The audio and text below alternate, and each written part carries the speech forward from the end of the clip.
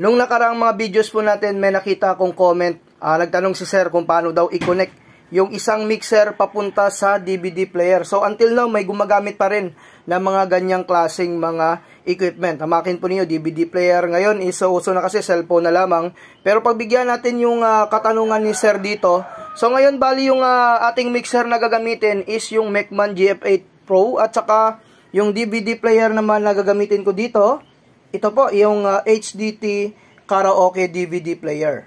Simple lang naman yung connector na gagamitin po ninyo dito. So, RCA to RCA.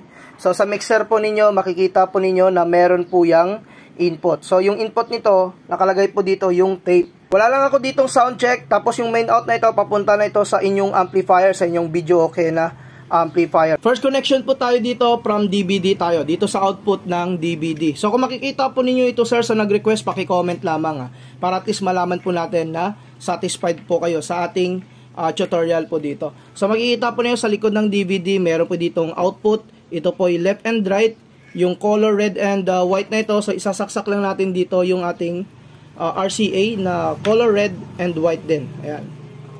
Sa red, sa white. So ito po, output po yan ng DVD. So ngayon, isasaksak na natin ito sa input ng ating mixer. So dahil sa yung input ng ating mixer kanina, yung tape, so dito rin po tayo magsasaksak. Ayan. Right and left din. So ayan, connected na. Ganyan lamang kasimple yung pag-connect ng DVD sa inyong mixer. Syempre, sa dahil ganito yung design ng mixer ko dito, yung ating main, i-slide po natin yan. At saka yung volume na ng ating mixer po dito. Meron po dito nakalagay na tape sa taas na knob. So dito na po tayo magko-control.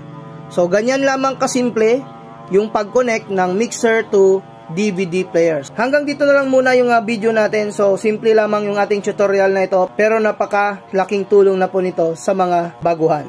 So hanggang dito na lang muna. Peace out.